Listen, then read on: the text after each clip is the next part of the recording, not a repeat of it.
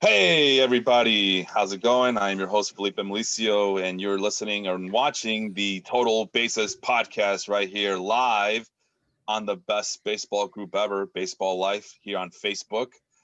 And with me as always is my partner, Sean Flannery. Sean, how you doing this morning? I am awesome. I just finished writing my first legitimate sports baseball article that Nice. should be releasing either tonight or tomorrow morning. So I will be sure to post that in Baseball Life and on Twitter and for the whole world to see. It's going to be an interesting read, and I can't wait to see what people think. That's amazing. I remember the first time I did my first big boy article. I was doing a blog, on my personal blog, and then I was lucky that someone liked what I wrote, mostly because of my baseball stuff. So naturally, when they hired me to do baseball stuff, I went ahead and said, you know what, I want to cover the NBA draft. So that was my first endeavor into sports writing, and it's a pretty exciting time. I'm very proud of you. I didn't know you can actually write. We'll I didn't see. know, I'm from Alabama. I use K's instead of C's, you know. that's what I mean, and you use apostrophes for everything, y'all, grawl. But no. This is a good opportunity for you, man. Look, are you able to tease anything at all of this It's article? it's going to be possibly the start of a series, focusing right now on free agents. Let's just say this is the premier free agent on the market, and It's a real it move. might have been we've seen this story before, but nobody's going to realize that we've seen it before. So hopefully, shining a light on something that people haven't realized yet. And did you mention the website already? It's Mets Junkies. Just being the Mets fan I am, I figure that's probably going to be the best niche to start off in. But this article isn't just for Mets fans. This is for baseball fans. I'm always going to be a baseball fan first, and if I can actually bring some knowledge into the Mets fan base, I'd love to do it. Steve Cohen thinks we're smart. I don't think we're that smart, but Steve Cohen said I was smart.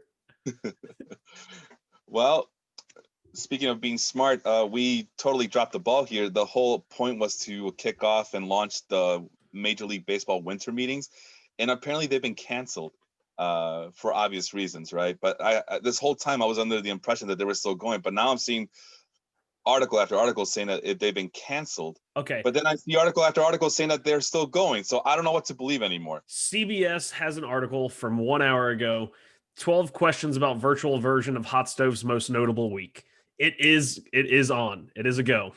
All right, so it's not. So maybe it's not a go in person because, like I said, as of last night, I heard that they were gonna still do something in Nashville, and I'm like, wait, but I thought COVID and things.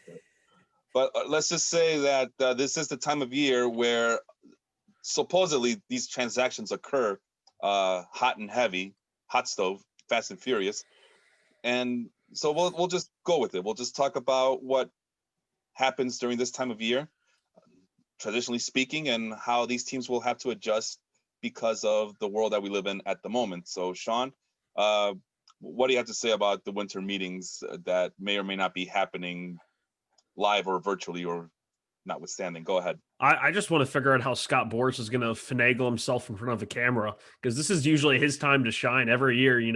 He gets out in front of all the press conferences and he talks about which teams are shopping in which aisle and, always ragging on this team or ragging on that team.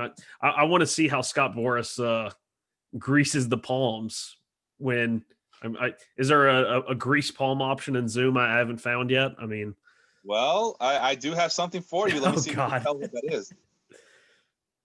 Oh, what do you know? For those who can't see, Scott, this is an LA Times article titled "Scott Boras is the line in Major League Baseball's winter meetings."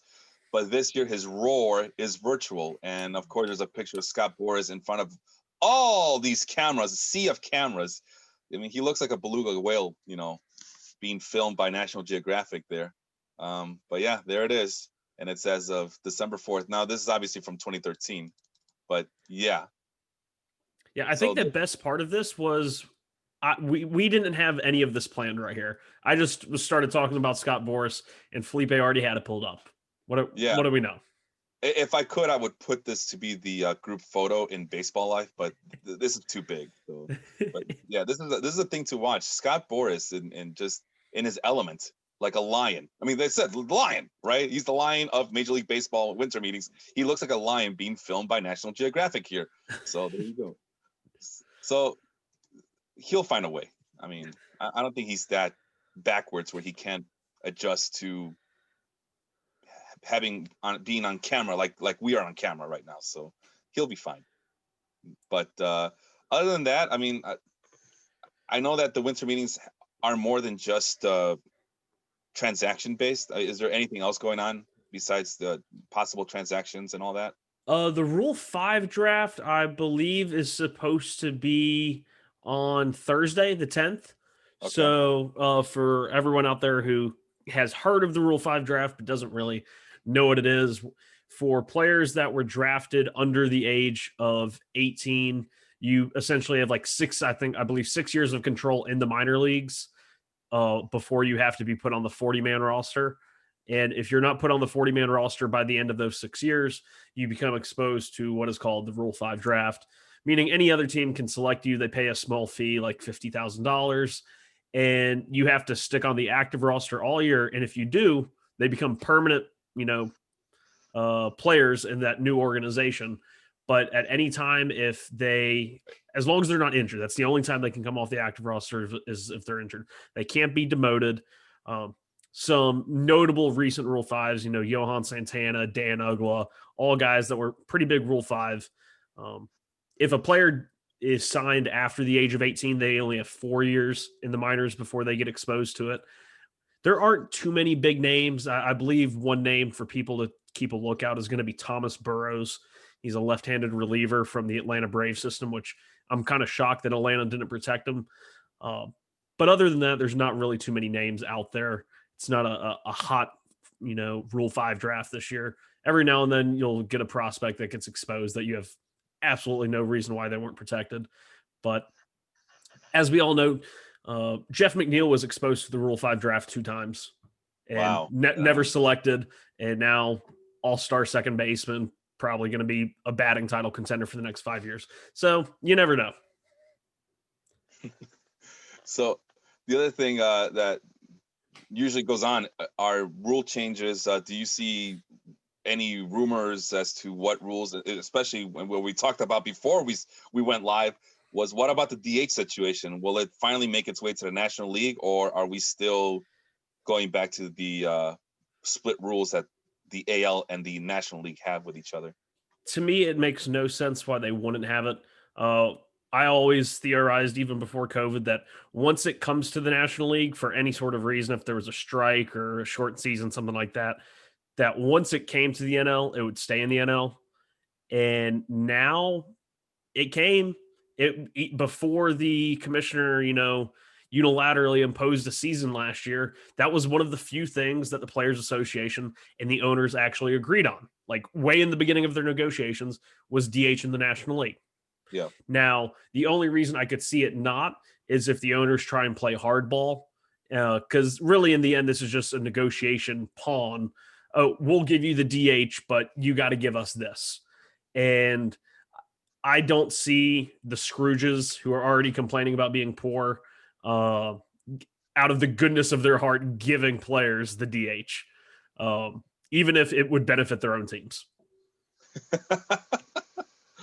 It's ridiculous. We saw a bunch of players get non-tendered, which is another thing we're going to cover today, that did not get tendered this fall, winter, whatever you call it, Thanksgiving holiday season, is because of the uncertainty of the designated hitter, aside from the financials ramifications that these teams don't want to deal with. But yeah, a lot of these players that got cut recently and became free agents not too long ago this week is because of lack of defense. And if you're going to be hurting these teams defensively, and if the National League is not going to have, and I'm mainly, you guys probably know that I'm thinking about Kyle Schwarber here, but if there's not going to be any designated hitter, then it's pointless to keep him around. Keep a player like Kyle Schwarber on a National League team. So it's going to be interesting. I hope that they come to their senses and bring it back for next season, but like you said, knowing that these owners are becoming Scrooges right around the holidays, I could see them saying, "Nah, forget it. We're just gonna stick with the rules, and we'll see you guys at the negotiating table," which will then set up a very awful, strenuous collective bargaining agreement session in the next few months or so. So, not Yeah. looking forward to that. That's going to be loads of fun, right? Oh man, are we gonna cover that, or are we just gonna stick our heads in the sand? Yeah, No, heads in the we're the sand. fantasy. Everything is fine. Everything's fine. I'm getting ready for fantasy Going to be baseball the next week. bus on fire. Everything is fine. Everything is fine. Nothing's I'm in going. danger. All right, so rule 5, rule changes, maybe some trades, hopefully something. Give us a bone because we're bored here, but you would, traditionally speaking, this is the time of year where we see a lot of big deals, and there's a lot of big players, big name players who are on the trade market, like players like Chris Bryant and Francisco Lindor, Nolan Arenado, and we just found out Zach Wheeler, because Jacob sent us the link, is also in the market. So, do you Bring foresee? him home, Steve. Bring him home. No, the White Sox want to get him because they failed to get him a couple years ago. But do you foresee any big trades happening this week? I don't know. I could see one. It's a name not many people have mentioned, and it was because he had a bit of an uneasy 2020 season, and that's Joey Gallo. And Yeah. the big Texas Ranger target that I've keep hearing in trade talks is Lance Lynn, because every team needs pitching. But Joey Gallo could be the guy. I'm not sure if Tampa would be interested. I think Joey Gallo is actually supposed to make too much money. So Tampa's probably not interested unless they can offload like Kevin Kiermaier. But I wouldn't be surprised if, somebody kind of sneaks in a Zach or oh my God, Joey Gallo trade. But of the other guys that you mentioned, Lindor, Arenado, Bryant, even Blake Snell and Josh Hader, which one of those do you think is most likely to be traded? So And you why? kind of broke up. Which were the players again? The ones that you mentioned, Lindor, Arenado, Bryant, and even to a degree, Snell and Hader. Yeah, because that was the reason I'm kind of like, in my mind, when you mentioned Lance Lynn and Joey Gallo, I'm thinking, hey, the White Sox can. I know someone told me, I think Matt Bushnell of the Audible might have told me that the White Sox might be interested in getting Lance Lynn. If that's the case, White Sox also need a right fielder. Wait. We almost forgot it. We didn't talk about it before we went live. The White Sox need a right fielder. Why did they need a right fielder? I thought they had a right fielder. They don't. Even when they had a right fielder, they didn't really have a right fielder. And who's their right fielder? Supposed to be that other guy from Texas Rangers. It was supposed to be Nomar Mazara, and he failed miserably. And now he got non-tendered along with Carlos Rodon, which we'll talk about in a little bit. But now Felipe has failed miserably because he doesn't have the bobblehead. Yeah, well, I'm in a separate room, so sorry about that. But what was I talking? Or the baseball. I think the baseball moved up to the bedroom too. So unless it was stolen from me. Does it have a Joey Gallo sig on it? Yeah, remember? Nice. From Steven. Yep. Yeah, he showed it off. And shout out to Steven. And then yesterday, or a couple of days ago, my baby got to wear the Joey Gallo onesie that Steven gave her. So it's been we're big Joey Gallo. Hey, bring him home. I mean, you already have a couple of Joey Gallo fans in Chicago here, so bring him home. But yeah, you bring in Lance Lynn, and now the White Sox look dangerous, and they plug up 2 holes, and one in the rotation and one in the outfield, and suddenly you have a Gallo, Luis Robert, and Eloy Jimenez outfield. But still, it would be, what do you call it? Luis Robert still manning left field and center field, but at least Joey Gallo can hold his own in right field, the corner outfield, I should say. And he provides the left-handed bat that Nomar Mazara was not able to provide. So from a selfish standpoint, I do hope that somehow the White Sox get Lance Lynn and Joey Gallo. They definitely have the prospects for it. If you're in win now mode, the Indians and the Twins look weak coming into 2021. So now's the time to attack. Other than that, Lindor has to be moved because Cleveland, like I mentioned, in order for the White Sox to win this division outright, Cleveland has to give up Lindor, which it sounds like they've been trying for a while now, and this has to be like the last ditch effort for them to do so. So there you go. Where do you think Lindor would go? The Mets, I don't know. I'm really bad at this. Yankees.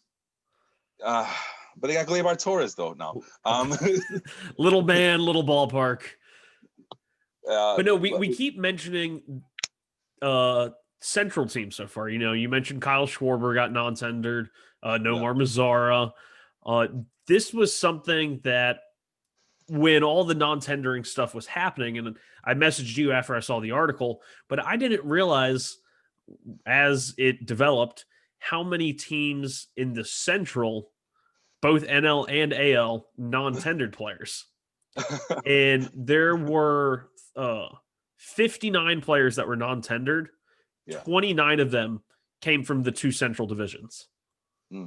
Including of the 8 that were projected to make $4 million or more, 6 of them came from the NL and AL Central, including several of the guys I just mentioned: Eddie Rosario, Nomar Mazara, Kyle Schwarber, Archie Bradley, and Carlos Rodon.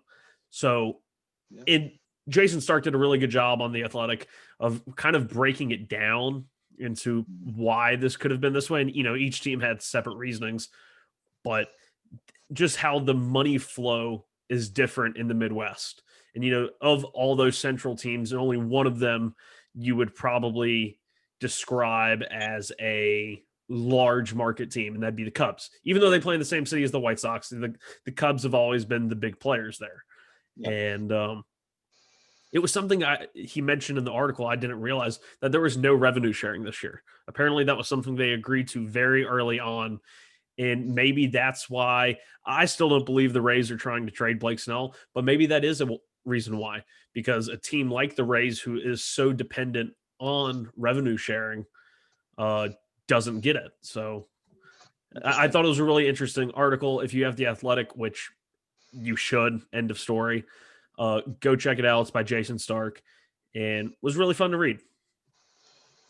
That is fascinating. I mean, this is Rust Belt country right here, right?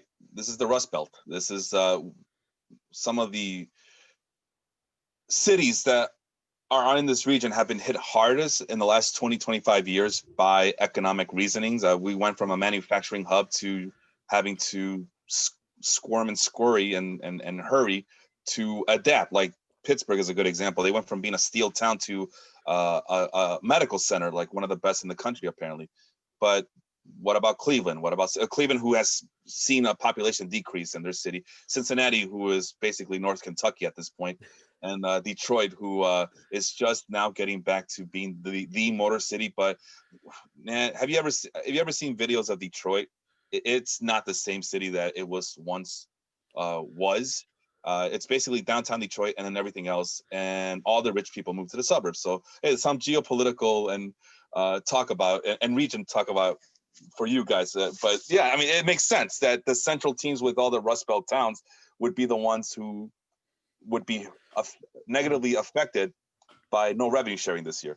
Yeah, so I'm not surprised. And they have smaller TV. I mean, because these teams are making their money on the TV deals, and of course, the smaller teams have smaller TV deals. So that's a whole other bag of worms. And I remember he quoted some National League Central exec about talking about, everyone's saying we don't care what happens in 2021. 2021 is going to be a wash, just like 2020. We're looking forward to 2022, and hopefully all things are normal. And it's like they're literally kicking the can down the road, hoping. And it seems like a not very smart way to try and win. But granted, as Andy Martino said, that's not what teams are trying to do now. That winning is not a reasonable expectation. Winning a World Series was not a reasonable expectation. And thank God Andy Martino got slivered alive on social media from several players. And then Steve Cohen, the new Mets owner, even added him saying, why would we want somebody who doesn't want to win? It's like, ouch. Andy, just letting you know that if Steve Cohen ever buys SNY, you're in trouble.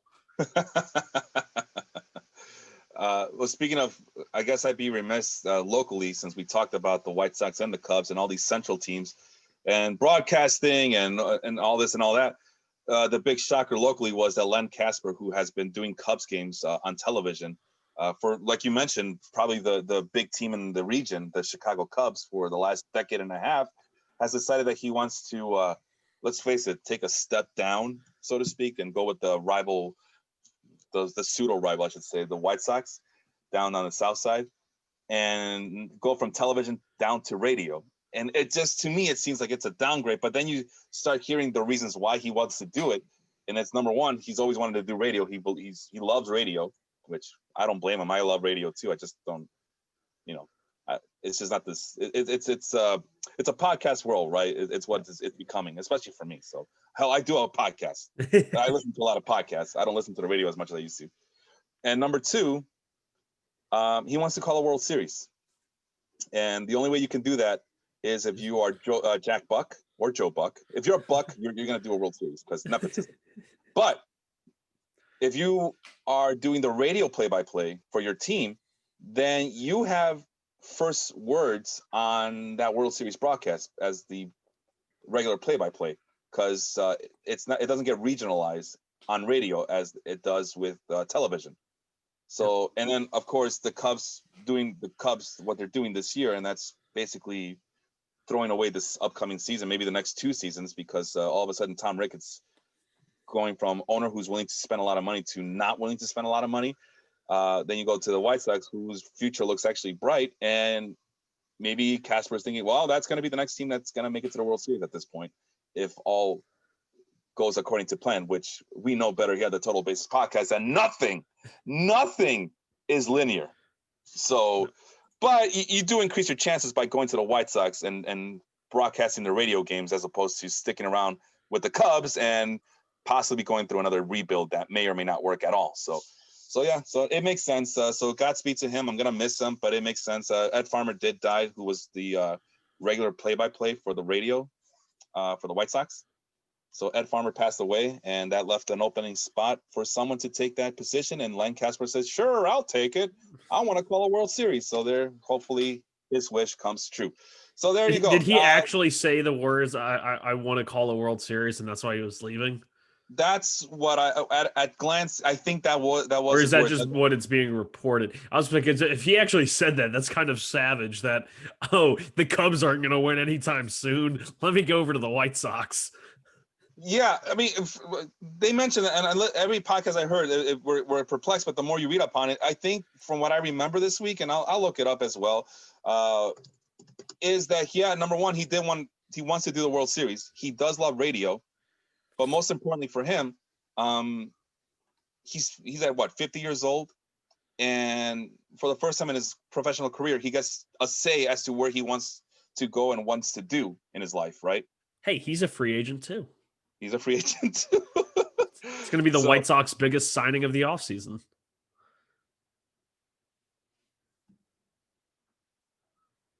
You still with me, Felipe? Okay, it sounds like we might have lost Felipe there for just a minute. But as we wait to try and get him back. Okay, can you hear me? Yes, we hear you. Sorry about that. Something happened.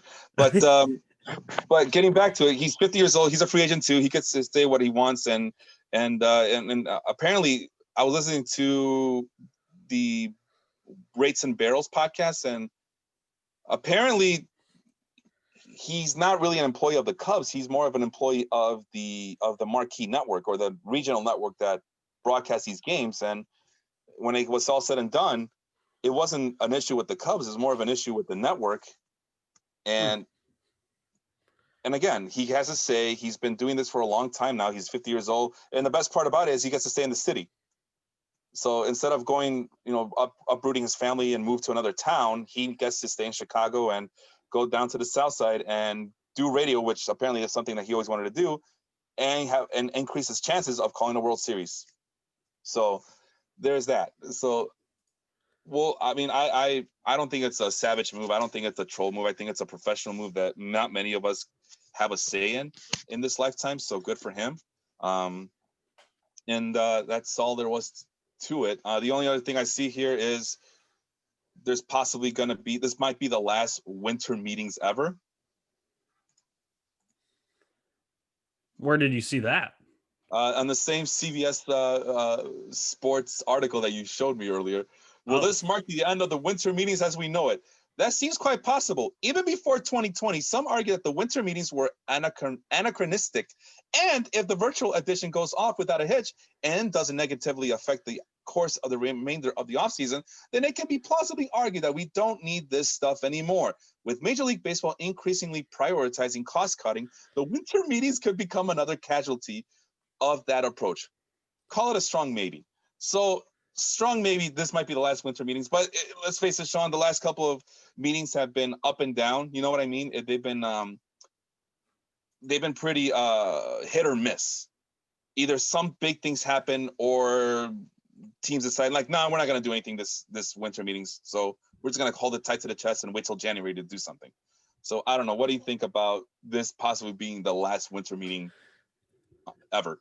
I feel like the most hilarious part of that entire little, sentence was if it goes off without a hitch. When was the last time MLB did something that went off without a hitch? Especially when you get a bunch of old white men on Zoom for probably the first time.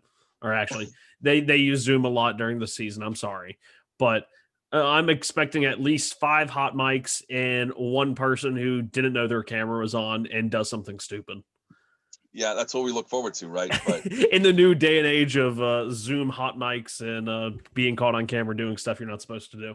And who's going to be recording these things? Like, there's going to be some front office who decides I'm going to hit the record button and see what happens. And then that stuff is going to leak somewhere because people can't help themselves. And yeah, extortion and blackmail will pursue and live and be the rule of the day. So maybe this might not be a bad thing after all, Sean. And then they're going to pull up their Zoom chat and they're going to think that they're private messaging the Ooh. GM for this team, and it's actually going to be to everyone. I can't wait for it. Or they do the exactly. Oh my God, that'd be crazy. You're like, oops, that was meant for Billy. So yeah, so it's a brave new world. It's a new decade. So obviously this is par for the course, right? Not everything stays the same, Pony Boy. So that's that regarding that. Anything else about the winter meetings before we move on to the next thing here, Sean? No, just as we mentioned it slightly as we talked about the winter meetings, but the non-tenders deadline came and went, and it was quite busy with a few expected non-tenders and then a few that shocked some people, including the Schwarber one. What being a part-time Cubs fan, what was your thoughts on the non-tendering of Kyle Schwarber? Well, it's not just Kyle Schwarber, but it was like Albert Almora too. Albert Almora. So that means that's 2 failed first-round picks that are no longer with your team. As a Mets fan, I want to know about that. We nail all our first-round picks. Yeah, I mean, and then we also talked about this past week about the White Sox, their failure to develop any of their first-round picks, and Carlos Rodon also got lost to the non-tender casualty here. So this is a very it's kind of bittersweet for me because the problem here is that Theo Epstein, for as much as he was very analytical about certain things, he was also very he got attached to these players. And the big one that people keep talking about is, well, he could have just traded away Kyle Schwarber instead of Gleyber Torres in the Aroldis Chapman deal. And in retrospect, that probably should have been the move to make. But let's face it, Epstein got attached to Kyle Schwarber. He loved the intangibles that he brought, and rightfully so. I mean, well, not rightfully so, but I mean, in terms of like, you could see why Epstein was enamored with Schwarber in that regard. For sure. Yeah, I mean, this is a kid who got hurt with a knee injury playing outfield, a position that he's never played before, a converted catcher who worked his ass off to lose weight, to get back and rehab, a surgery that usually takes more than a year. He got back in time to play the World Series for the Cubs in 2016, and he had a powerful left-handed bat to boot. Yep. And a powerful right arm in the outfield too. So whatever balls that he can get to, once it was put in his right arm, you best think twice before you run on the guy because he's a converted catcher. So, but that one kind of stings a little bit because we thought I thought personally that he was going to be around, especially if there is going to be a designated hitter in the National League, then it makes sense to keep him around.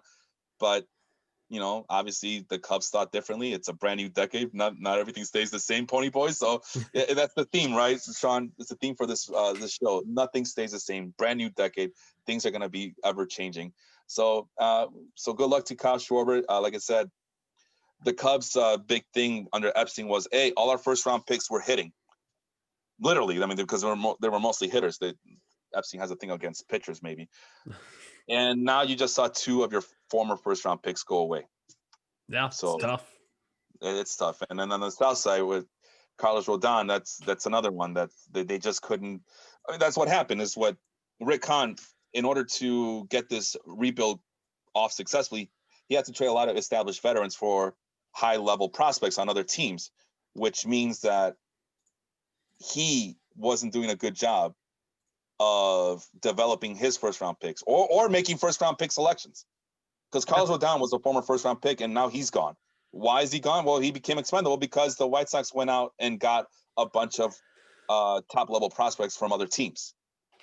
So, especially on the pitching side. So it makes sense that Rodon becomes expendable. Now there's an open spot for Michael Kopechs of the world, or for give Ronaldo Lopez another chance, or maybe bring in Zach Wheeler and bring him home to No, that's not home. That's not home. Well, no. I mean, it could have been. It could have been. That was White Sox were definitely interested. And yes, they were. They offered more money. Yep. So there you go. So, but that one stings a little bit too. But I mean, Rodon was constantly injured, and there's people saying that maybe he was brought up too soon. But there's a reason why Rodon was drafted where he was drafted, and he was deemed the most ready pitching prospect of his draft class at that time. So, when I saw and messaged you that he had been non-tendered, who is it that I compared him to after the shoulder injury? I don't remember. Sean Manaea. I said maybe Carlos Rodon is just Sean Manaea in a black and white jersey.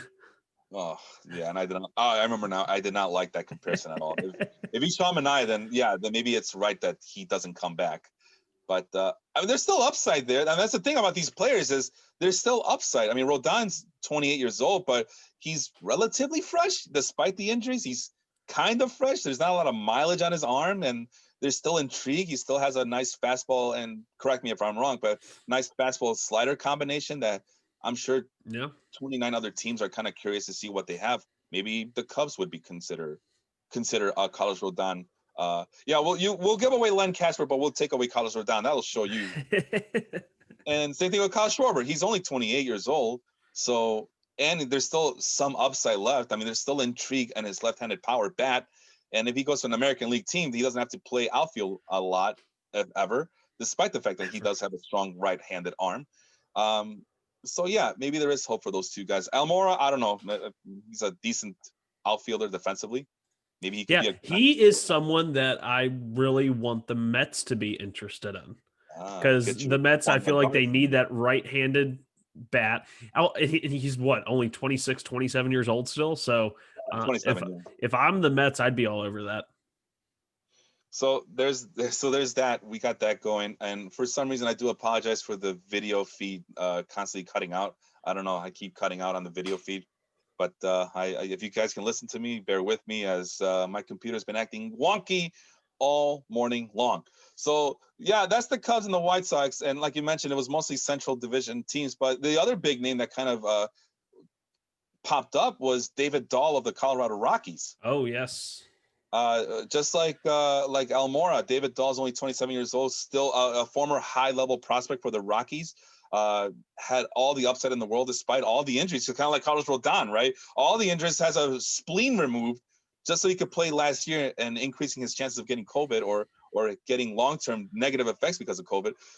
And the Rockies decide, we can't afford you anymore. Go away. And that's just mind-boggling to me. But there's another guy who's kind of intriguing. If he is able to stay healthy and puts a decent season together, David Dahl might be a sneaky signing. Do you have any high hopes for David Dahl there? I do, and I think he is going to latch on somewhere, probably still in the National League. I would bet something. I'm thinking of teams that need outfield help in the National League. The St. Louis Cardinals would be one. And when I saw that he got non-tendered, I actually went and I checked out his Baseball Savant page. I don't think I'd ever looked at it before. And he's another, tell me if you've heard the story before, he's a Rockies hitter who hits better at home than he does on the road. But when you go and you actually look at his splits, you would think, oh, his batted ball data is roughly the same. He just takes advantage of the thinner air. But it's actually, when he goes on the road, his batted ball data just tanks. And he hits the ball or not as hard. He doesn't lift it as well.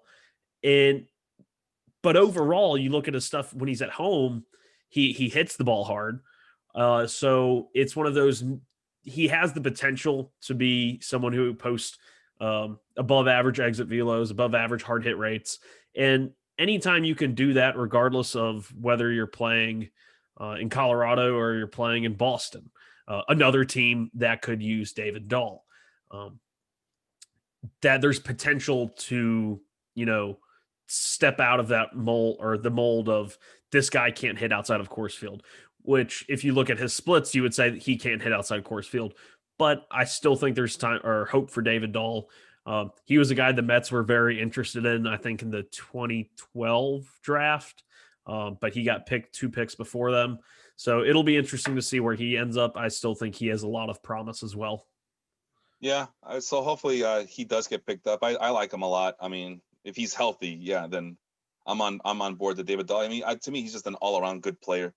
Can play defense, can run, can hit. A fantasy darling for the last few years or so, and just he can't stay healthy. So yeah, and then the Rockies also are they just mismanage the hell out of things over there, and I don't know what the hell they're doing. But let's take a look at other players. Like I don't know, how do you want to do this? You want to go from top to bottom on the Fangraphs list, or is there another player in particular you want to take a look at? I'm trying to think. We hit Schwarber and Eddie Rosario. He's probably the next big one. Oh my gosh, I'm not sure about you and how your team's fans have heard about the release of Eddie Rosario and really the fantasy community in general. Eddie Rosario has been a very underrated fantasy asset, especially in the standard 5x5 categories or roto leagues, because he's high batting average, lots of home runs, which means lots of runs and lots of RBIs. But in the actual real life baseball, he's very low OBP, terribly defensive, one of the worst defenders in baseball. And it's basically solid batting average, okay pop, but barely has an on base over 300. And that is production that you can really replace. I know it sounds crazy to say you can replace 270 and 30 home runs, but you can. And everyone said that this was the owner's crying poor. And I'm sure the $9.5 million that he was owed played a small factor in it with the Twins. But if you also look at their roster currently constructed right now, 2 of their top hitting prospects are corner outfielders in Alex Kirilloff and Trevor Larnach. Eddie Rosario is completely expendable. They can get the same production, if not better production, from those 2 prospects for a fifth of the price. So, or a 20th of the price. So might as well. But Eddie Rosario for, a lower team that needs cheap offense, I could see him going there and hitting really well. But he's one of those guys who his market probably elevates if they do finally make a decision on the DH, because Eddie Rosario is absolutely horrid on defense. I want to say he, over the last 3 years, he was something like minus 24 outs above average, which is Baseball Savant's, defensive metric. I mean, it's not good. It's very, very bad. Wow, I did not realize it was that bad. I know. Well, I don't have access to it right now, so maybe I won't say anything. But the thing about Eddie Rosario, though, is for me, it's like he's just like a culmination of 2 other players, and those other 2 players kind of escape my mind. But I think we talked about on this podcast that I think Eddie Rosario and these other 2 other players are basically the same player. Eddie Shoot, yeah, I can't think right now. Eduardo But Escobar? I know I used to always confuse those two. Eduardo Escobar, yes, thank you. That's one. And I forgot who the third player, but I think they're all connected to the Twins somehow, so as well. So I am actually don't care that Eddie Rosario is not going to be on the Twins next year because I never target him anyway. So um, let's see, where do we go from here? Where do we go from here? Yeah, okay, so Go ahead. just to correct myself, well, not really correct, but clarify. In 2019, Eddie Rosario in one single season had a minus 18 outs above average, which is like I think the highest or the lowest high I've ever seen. Um, and then he was minus one in 2020. He is just very bad. And even his batting average, this year he was a let me look it up. He batted 250 or 276 in 19 and 257 in 2020, but his expected batting average those 2 years were or it was 244 this year. So even for a guy who does usually hit for a higher batting average, the metrics do not like him all that much. Phew, boy. Let's see here. I'm trying to put a sunny disposition for our guy here, Eddie Rosario. So let's see if I can find anything. Let's see. He has a career +4 DRS. I know that DRS is no longer the defensive metric that it used to be, but it's a different way of looking at defense. And at UZR, he's at 8.1. Now I'm trying to figure out. Yeah, okay. So outfield. All right, let's just look at his outfield numbers, right? Last year he was at +3 for the Twins. Short season. I understand that, but still +3, and at 1.2 for UZR. So I know that the stat you use, outs above average, is the new one. That's the more accurate one. But there's all hope is not lost, is what I'm saying. But even his defensive WAR over since 2016, minus 2.2, minus 6.4, minus 3.7, minus 11.7, and minus 1.5, which is why for someone who's been a 30 home run, 100 RBI threat in essentially 4 straight years, he's never posted a WAR higher than 3.5. The other thing I've said about that is that WAR does penalize, and they don't penalize as much as first base, but they do penalize corner outfield, especially in comparison to center field. So we'll give them. So we have to be mindful of that.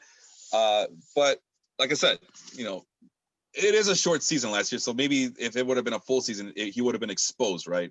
He would have been exposed with the longer season, and his defensive metrics might have gone back.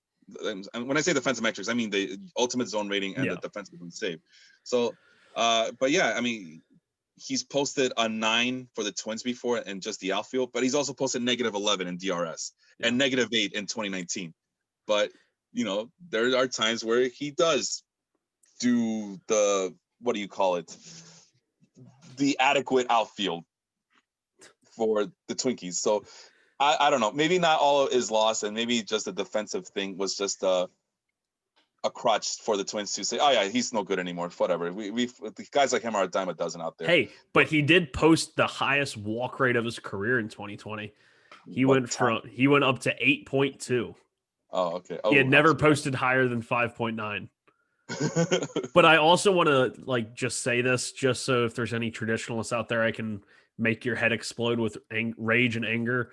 But in 2019, he hit 32 home runs, 91 runs, and 109 RBIs. So 200 runs plus RBIs. And his weighted runs created plus was 103. So he was only 3% above league average, even though he had 30 home runs and 200 combined runs plus RBIs. So he wasn't even that good. Our guy Melvin, who was here last week, just said that Rosario was basically Jose Canseco in right field. So what? He's also on steroids, so that means he's going to make the Hall of Fame now, or what? He better get some steroids in his glove or on his head, so the ball can bounce off it like Canseco's. Moving on to let's see. I'm just trying to go up and down the list. I think we're going to start at the top of the list, and that unfortunately we'll have to start with Adam Duvall. I'm not going to go through all the players. That's just the players that I think are worth mentioning. But Adam Duvall kind of became an important bat for the Braves last year. You would say so, right? Yeah. He had that really hot streak in Boston. He hit like, oh God, I think it was like 4 home runs, 5 home runs in like 2 games or something like that. Okay.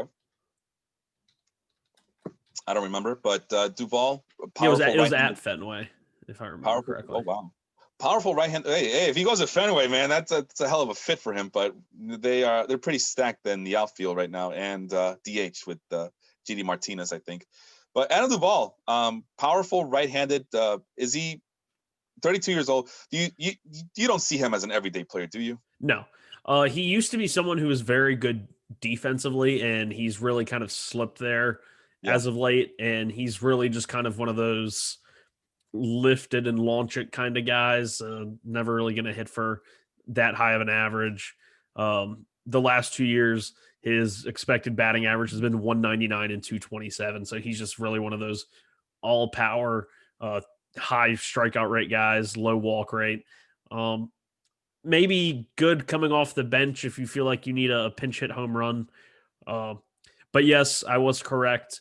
Within a 7-day period, Adam Duvall had 2 3 home run games, one against Boston and one against Miami. So in those 2 games, he combined for 6 home runs and 14 RBIs. So yeah, powerful bat, like I mentioned, but probably going to be a right-handed platoon hitter. So I think there's a job for him in Major League Baseball, right? Yeah, I mean, as a kind of a lefty bopper, possibly. Yeah. Move on to Hanser Alberto. I know you've mentioned this guy before on this podcast. He became non-tendered. Obviously, you see some hope for Hanser Alberto still, right? Yeah, high batting average, doesn't walk at all. I was kind of shocked that the Orioles did not tender him a contract. I thought that was kind of shocking. But that's, I guess, what the Orioles do now. I mean, imagine how bad he must feel. It's like, I don't even know who they're going to play at second base. They traded Jose Iglesias. That was the big trade Yeah. since our last show. Jose Iglesias to the Angels, so possibly already filling the hole that Andrelton Simmons will have. Yeah. But well, granted, I don't Yeah. think Iglesias will play short. I think he'll play second. I think Fletcher Yeah. did such a good job at shortstop that they keep him there.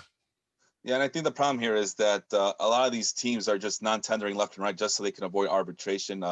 And Alberto also has no more options to the minor leagues as well. So yeah, even though he's still 28 years old for this upcoming season, the Orioles are like, yeah, first of all, you're too old, you're too rich, and we can find a cheaper replacement. Just like you know who their cheaper replacement is? You'll know him. No, go ahead. Yolmer Sanchez. He was claimed off of waivers in October. That's the Alberto replacement right there. Mr. 10-10 over there, Yolmer Sanchez. Play every hey, maybe he'll be 15-15 in Baltimore. Yeah, I mean, there's a shorter outfield, and the Orioles don't care. I mean, they let Jonathan Villar run wild, brothers. So why not Yolmer? Yolmer, jack of all trades, master of none. I don't want to talk too much about Ryan Tepera, but I also want to mention that Ryan Tepera, MVP voter, vote getter, vote recipient for the MVP, also non-tendered. And like I said, when was the last time MLB did something that went off without a hitch? That vote was not meant for Tepera. We can't even do Hall of Fame voting right online.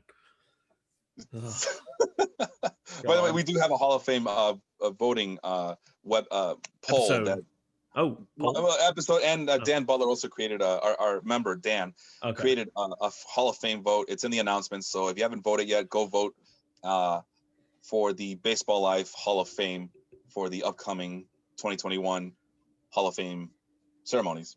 Who does Baseball Life select? Is what I'm trying to say here. All right. So all I know is Bobby Abreu better freaking make it. Probably not. Not in our world and not in the real world. So unfortunately, that's not going to happen. Despite the fact that you, Melvin, and we made a hell of a case for him. We talked about Carlos Rodon. So Nomar Mazara for the White Sox. We talked about Nomar Mazara, who's become sort of a recurring character in the Total Bases podcast season 1 edition. Him and we need to slide into his Instagram DMs and see if he wants to join the show for 10 minutes. Yeah, I mean, I could translate. I'm not sure. I think he's what, Caribbean, right? He's Caribbean, I think. Something. Yeah, so I struggle with that Caribbean accent. It's amazing that Melvin and I were able to interact with each other despite him having a Puerto Rican accent, right?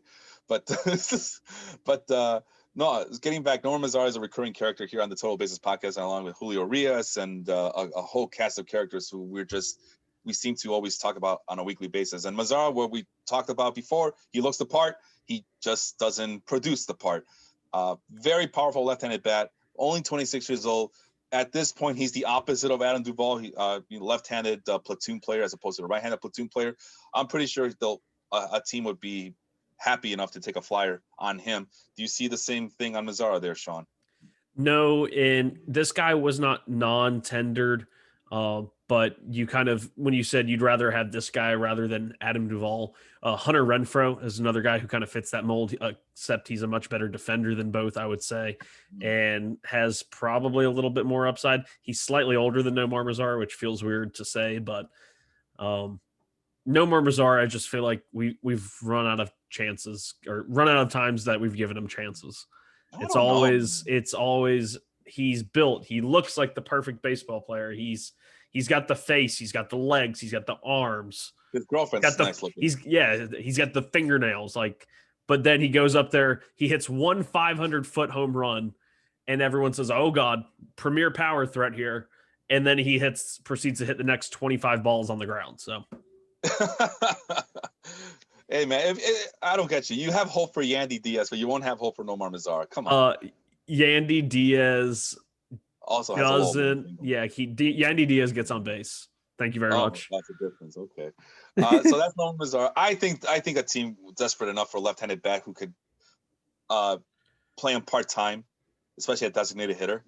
I think they'll be suckered into signing him and believing in him. I still believe in him, but as you can see, my hopes have waned down a little bit, where I was hopeful that he would become an everyday right fielder. Now I'll be happy if he just becomes a platoon hitter. I mean, fudge, man. Matt Joyce was starting last year for the Marlins. So if Matt Joyce gets still relevant, Nomar Mazar could still be relevant. Except Matt Joyce got on base too. Okay. All right, Moneyball. All right, moving on to the Reds. Archie Bradley, who apparently I didn't realize a lot of people were up in arms about Archie Bradley. I didn't see anything worth keeping hopes up for Archie Bradley. Do you see Archie Bradley as this relief savior for any other team here? I don't think he's a relief savior. I think he would be a solid addition to a lot of bullpens. I think everyone's always tried to hype him up. Yeah. Because he had, I think, like 1 year or 2 years where he actually had like 30 saves or something like that. Yeah.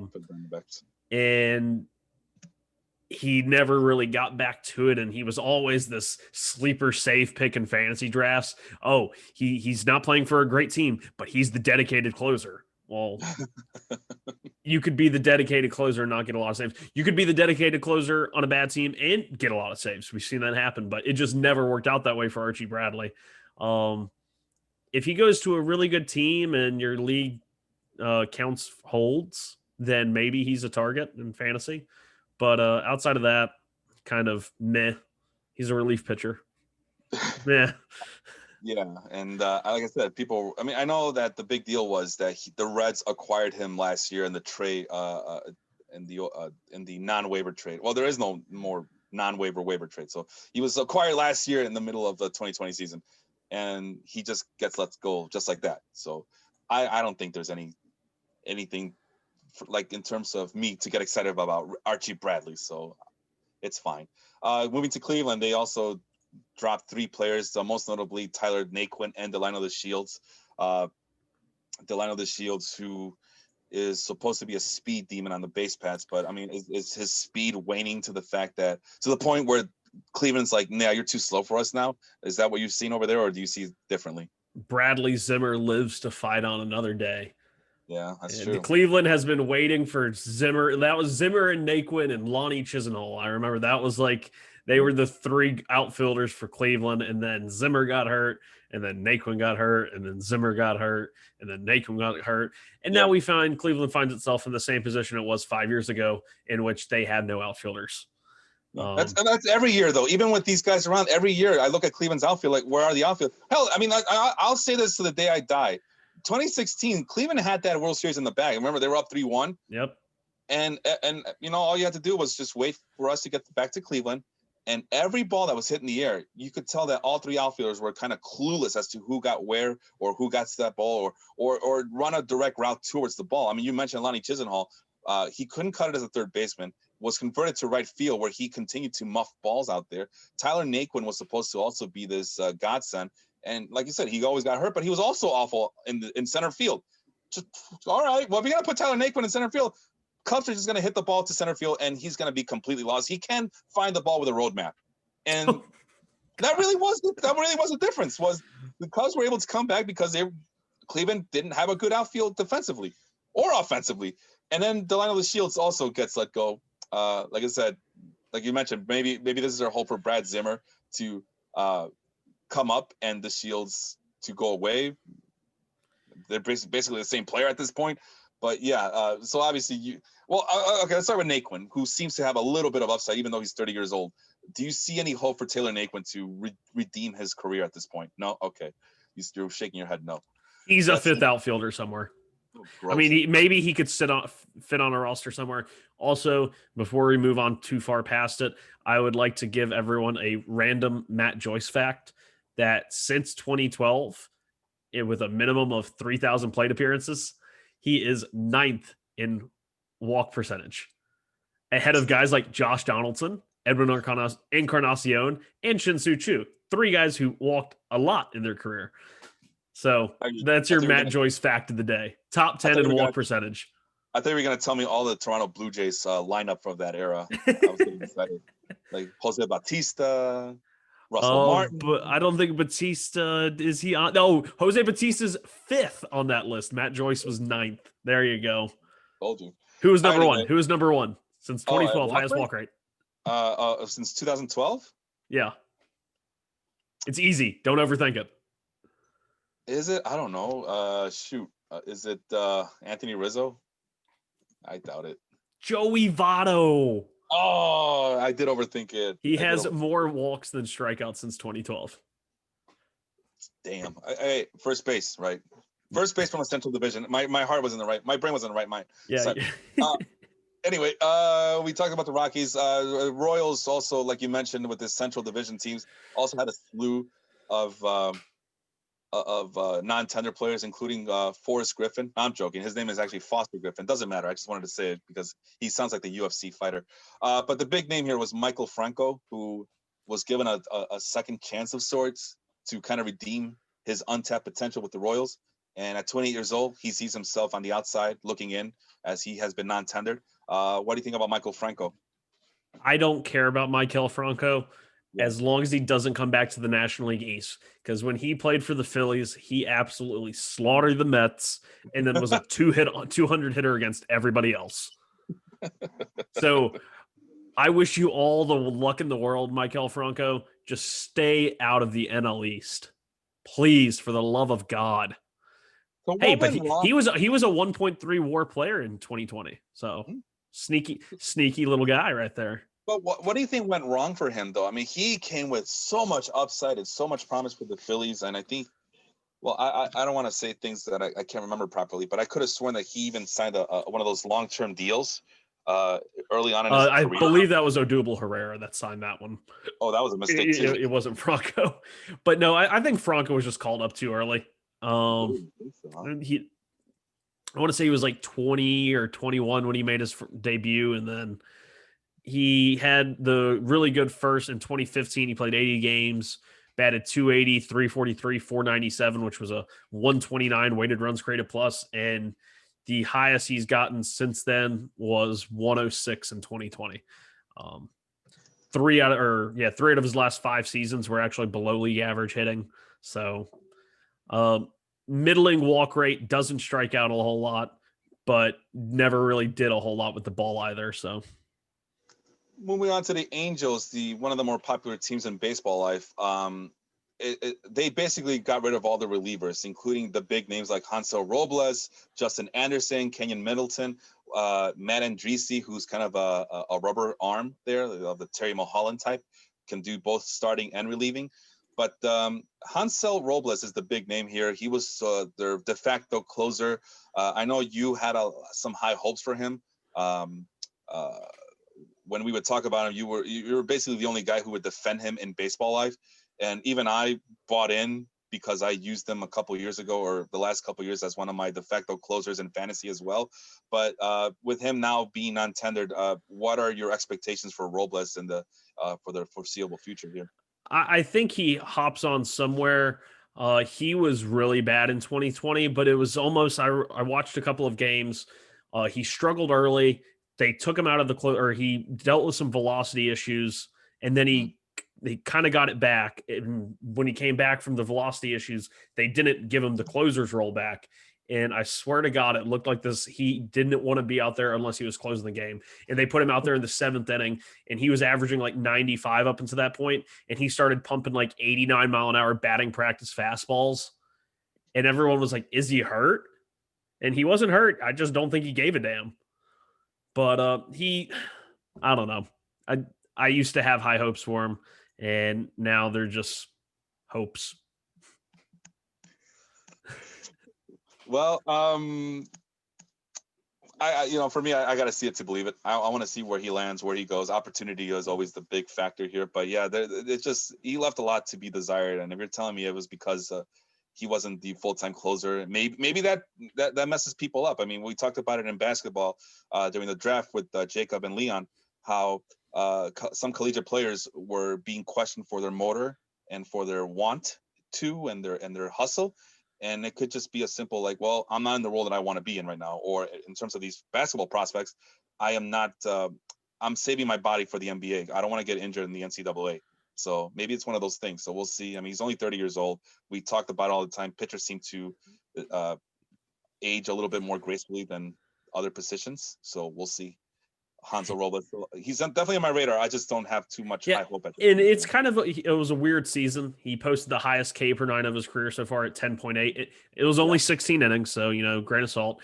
But then he walked over 5 per 9, and then even gave up more home runs than he did as a Met in 2018 at the beginning of the year. He had a home run per 9 over 2, a 333 BABIP, which was 30 points higher than his other career high. So he had a lot of almost the things that you look at and say bad luck happened, high BABIP, high home run to fly ball rate.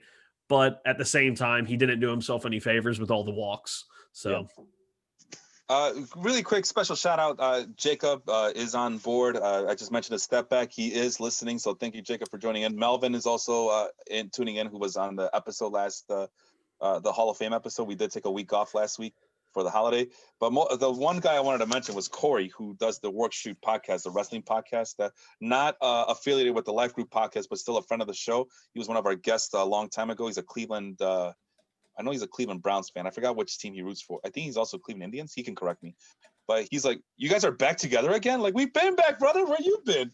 We've been back since what would you say? Maybe July? Late July, Sean? Late July. Maybe actually even before that. Maybe like mid-July.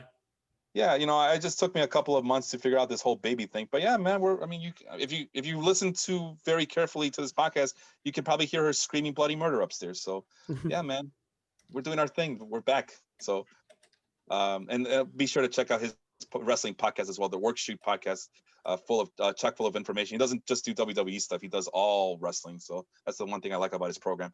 Moving on to the Marlins, who were Jesus Christ, they got a couple of intriguing guys: Ryan Stanek and Jose Urena. Who do you want to talk about first there? Ryan Stanek. Go ahead. I think he's actually a really good relief pitcher. He was in Tampa, and the Yankees sign him. I don't know. That seems like a random, like, the Yankees sign him to try and get the Ray secrets out of him, I guess. It's the only possible solution. The only possible scenario that where he can. But yeah, I like him too. I had high hopes for him, whether it was this completed season or maybe even 2019, where I thought he was going to close Yeah. and he didn't. So again, just like Robles, some guy on my radar, but I like to see where he lands first before I get excited. Uh, okay, so Jose Urena, same thing. I know he had some injury issues. I forgot which injury issues there were, but there's another guy who used to throw hard and was more of a ground ball pitcher than anything. But I think the injuries have piled up on him. Any hopes for Urena? No, and Jacob in the comments is saying, the Mets need to go after Urania or Jose Urania. That's how you say it. He has the tilde, Yeah, and I don't see the allure. He's always someone that has thrown really hard, but it's always been more of, like you said, two seam sinker, pitch to contact type guy. Um, Really, what's been his most impressive moment in the last 2 years when he purposely hit Acuna in the back for hitting too many home runs? Like, I get why some teams would want to go after Urania, but I don't really see it. I always thought he was overhyped to begin with. He just threw really hard. Um, but we'll see. He's going to latch on somewhere, probably like the Angels, because the Angels like trying all these former retreads. You yeah, know, good fit. all former National League East retreads. They'll probably give Urania like a 1-year, $10 million deal, just like they did Matt Harvey and Julio Teheran. Those worked out great, didn't they? And Dylan Bundy too. Why not? Hey, Dylan Bundy did work out. It did. That's what I mean. For Yeah. every five, one of them. So they have a 20% success rate. Let's do a lightning round because I know we're running out of time here. For the Brewers, the only guy I like that's intriguing to me is because I used to cover him back in the day, Jace Peterson, who was a scrappy contact pitch. Sorry, not pitch. High contact rate hitter with some speed. He's non-tendered as well. Jace Peterson, any hope for his future endeavors in Major League Baseball? He's been around for a long time. And now that you mention him, I never realized how high his walk rate was actually since like 2016. And he had 61 plate appearances in 2020 for the Milwaukee Brewers. And he walked in almost 25% of those at bats. It's He typical struck Jace out in Peterson. over a third of them, though. So, tomato, That's tomato. No, that's the shocking part because he was always that high contact, low strikeout, high walk rate kind of guy, and there's a reason why he's non-tendered. I mean, Ben Gamel's the other highly touted prospect here, and I don't know. Any quick thoughts on Ben Gamel? I remember he hit that one walk off for the Brewers, and a lot of Mm-hmm. Brewers fans liked it. That's about all I ever. And he has the long flowy hair, and he played in Seattle. Wait, is that the? Am I mistaking him for somebody else? Is he the guy who hit the game-winning hit for the Rays as well this past playoff series? No. That was Brett Phillips. Brett Phillips, Ben Gamel, they're all the same guy. Just like Long, Eddie flowy hair, Rosario, and fast. just like Eddie Rosario and Eduardo Escobar, as I struggled to come up with their names earlier today. Your Mets. Let's talk about Nick Tropiano, who's the one player I kind of recognize here, a former Angel. So yeah, you give away Hansel Robles. He never pitched for the Mets. They had picked On him the up list. off waivers and then immediately non-tendered him. That But I do remember when they did acquire him. He was in Pittsburgh last year, I believe, and let me double check myself. Yes, he was in Pittsburgh. He posted a K per nine of almost 11, a 2.3 walk per nine, and had a 1.1 ERA and a FIP of 2.5. oh And my. he did this by throwing more splitters and more sliders and less fastballs. So this is somebody who will probably get a minor league deal with an invite to spring training. And he obviously got a little bit lucky at a 96.6 strand rate, but and only a 5% home run to fly ball ratio. But if you start throwing more sliders and splitters, if those are your two best pitches, you're going to probably have more success. We've seen a lot of starters do it. Dylan Bundy, even if Tropiano isn't going to be a starter anymore, those skills can still translate to the bullpen. Really quick, one word on. Give me a word association thing here with Chasen Shreve, who's also listed as a non-tender player here for the Mets. Another splitter guy. He is a guy that Mets fans went bonkers over because the Mets tendered Steven Matz, but not Chasen Shreve. And Chasen Shreve had a very good year for the Mets in 2020. It was a very non-talked about pickup when the Mets acquired him. And it was kind of shocking even to me that they didn't non-tender Shreve because they also lost Justin Wilson who's now a free agent. So the Mets they only have one left-handed reliever on their 40-man roster right now. And Shreve still had 1 year of control, which is why he was able to be non-tendered. But he started throwing his splitter more. He's always been a guy with reverse splits, which might make sense why the Mets got rid of him, because they want a more probably traditional lefty that can get lefties out too. So we'll see. Moving across town, the New York Yankees, Jonathan Holder is no longer with the team. I know that he also came in with some, decent 2019 year, but do you have any issues with Jonathan Holder kind of rebounding with somebody else next season? I feel like a lot of Yankees fans are going to be happy because I remember Yankees fans used to complain a lot when Jonathan Holder came in the games. Yeah, I'm trying to remember something positive, but maybe I'm confusing him with somebody else. But he does have a high swinging rate against, so he was able to induce a lot of swings, but and a 10% above swinging strike percentage. But regardless, maybe some team will take a flyer on him.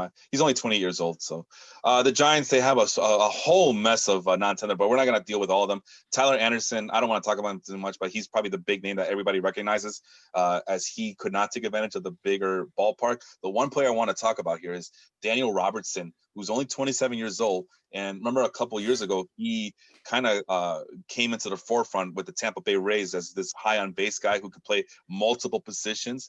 And we've seen him kind of decline. We talked about it on this podcast. Yeah, so we've talked about him before. Yeah. So I don't know. Do you see any of these teams being interested in a guy like Daniel Robertson, who he's probably another one of those guys gets a minor league deal. Yeah. Due to his positional versatility, maybe he goes to like the Toronto Blue Jays. Kind of taking the role of Brandon Drury, maybe. I think Drury is a free agent or something like that. But we've always liked his skill set, the high walks, positional versatility. I didn't realize he was only 20. He's 26, so he'll be 26, 27 through a season. That's still really young. So now that I know his actual age, I do have some hope for Daniel Robertson, which feels weird to say. Yeah. That's why I brought him up. I'm kind of shocked that, and playing in San Francisco is not going to do wonders for your hitting anyway. So, no. So yeah, maybe he'll go back to the AL East or NL East or one of those other smaller ballparks, divisional ballparks, I should say. I'm kind of rushing here because I know we're running out of time. John Brevi of the St. Louis Cardinals, formerly of the St. Louis Cardinals, I should say. That's another name I kind of recognize. Reliever for them, was able to post back-to-back years of 10 or higher K per 9. Did not pitch last year. What can you tell me about him? Brebbia, I didn't even know that he didn't pitch in 2020. I just know that he actually had a lot of success between 2017 and 2019. He threw at least 50 innings every single year, never had an ERA over 3.5. So a bit of an interesting decision there, but like we said earlier, a central team, non-tendering guy about to enter arbitration. So yeah, and that's really what it boils down to. Look at this. Well, you can't see it, but I'm looking at him. Another guy who induced a lot of swinging percentages, high swinging percentages, low contact guy, and swinging strike rates above 12.3% and 13.2 in 2019, despite the fact that his velocity went down that year. So maybe I don't know what his deal was in 2020. I don't know if it was COVID related or if it was an arm issue, but we have to investigate that a little bit further. Danny Santana. Remember Danny Santana? He's available if you still believe in his 18. I never believed in it to begin with. Yeah, too high strikeout rate. But hey, he's versatile. And when he hits the ball, I don't know. He was great value brand Jonathan VR 2 years ago. Come on now. And then finally, I don't know. There's AJ Cole here, who used to be a highly touted prospect for the Nationals. Correct me if I'm wrong there, Sean. I thought he was with the Nationals a long time ago. Top 5 prospect, I think, at one point, maybe. Correct me if I'm wrong. But the big name here is Travis Shaw, who has become expendable because the Blue Jays continue to bring up all of these former Major League Baseball players' sons to be in the infield. So there's no room for a Travis Shaw. Do you have room for Travis Shaw anywhere in Major League Baseball next year? The Colorado Rockies. Yeah. Oh, that'd be perfect. That is the ultimate Colorado Rockies signing right there. Somebody really just needs to hire me to be the Colorado Rockies GM. I think I could do a better job of it. You've shown. I would hire Eric Cross from Fantrax to be my assistant GM, and we would just put Garrett Hampson in. Garrett Hampson would play center field. He would play shortstop. He'd play second base. We wouldn't even need Trevor Story. He's going to play all the positions. Garrett Hampson is the best player on that team. I mean, imagine this lineup: Ian Desmond, Daniel Murphy, Travis Shaw in the Rockies infield. I mean, that's Dante Bichette and Vinny Castillo all over again, isn't it? How many errors in one game can they get? Throwing errors, you mean, right? Yeah, I don't see them getting every sort of error. Well, not with that range, no way. No, Ian Desmond and Daniel Murphy getting to a ground ball that our elite infielder would be able to get no problem with these guys. They might injure their hips and their lips. They have hips left. Hips to the left, hips to the right. Okay. Their hips don't lie. Oh, not tonight. Okay, so that's enough. And there it is. Those are the list of some non-tender players that we kind of found intriguing. It was a very heartfelt episode for me, as like I said, we lost a lot of guys from my from the last decade that I had high hopes for on my both of my favorite baseball teams, the Cubs and the White Sox. So I mean, Albert Almora, Carlos Rodon, and even Nomar Mazara to a lesser extent, who I still have hopes for, even though Sean and probably the rest of Major League Baseball do not have high hopes for anymore. But there it is. You're listed on tender. So the lesson here, Sean, if I may, to just put it in a nice little bow and summarize, is if you're on this list, you're more than likely hoping to get a non-roster invitee and even maybe even a minor league deal. Would you agree with that assessment? Yeah. Okay, there you go. So that's the show. We'll see what happens in these winter meetings. I'm not having any high hopes, but maybe it seems like Sean thinks differently a little bit here. With, if anything, the Zoom meetings will be entertaining and to see what gets leaked and what doesn't get leaked. But and also we have other podcasts. Dong City, I believe they're on next week. I think that's their week to be on next week, or no, on Monday, I should say. So listen to Henry and Vince give their own spin on these winter meetings. Tuesday and Friday is the Audible as Matt and Randy review and preview the NFL week season. The Step Back, I think they're back on this week as well, as they are getting ready for the upcoming basketball season, the NBA season. It's just around the corner, Sean. If you didn't know, they wanted to start it on Christmas, so they're going to get it their way. And, of course, our podcast every Sunday morning at 10 a.m. Central, 11 a.m. Eastern, right here on Facebook, Baseball Live, the greatest baseball group on Facebook. Every Sunday morning, we kick off your podcast week. So I am Felipe. For Sean, we wish everybody a good day. Enjoy your football, and we'll see you next weekend.